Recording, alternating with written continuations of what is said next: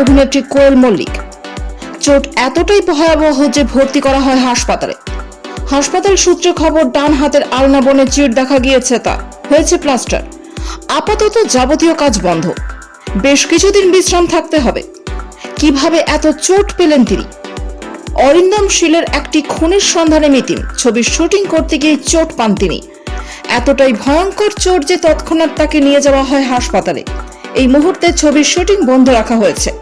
কোয়েল সুস্থ হলে সবটা হবে, এমনটাই জানা গিয়েছে। এ নিয়ে একটা ফেসবুক পোস্ট করেছেন কোয়েল। তাতে লেখেন, 31 মার্চ শুটিং এর সময় আমার একটি দুর্ঘটনা ঘটে, সঙ্গে সঙ্গে আমায় হাসপাতালে নিয়ে যাওয়া হয়।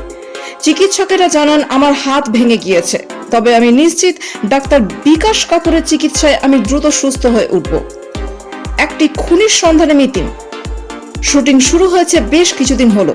অ্যাকশন দৃশ্য পরিচালনার দায়িত্বে ছিলেন বলিউড খ্যাত ফাইট মাস্টার সুনীল রড্রিগেজ।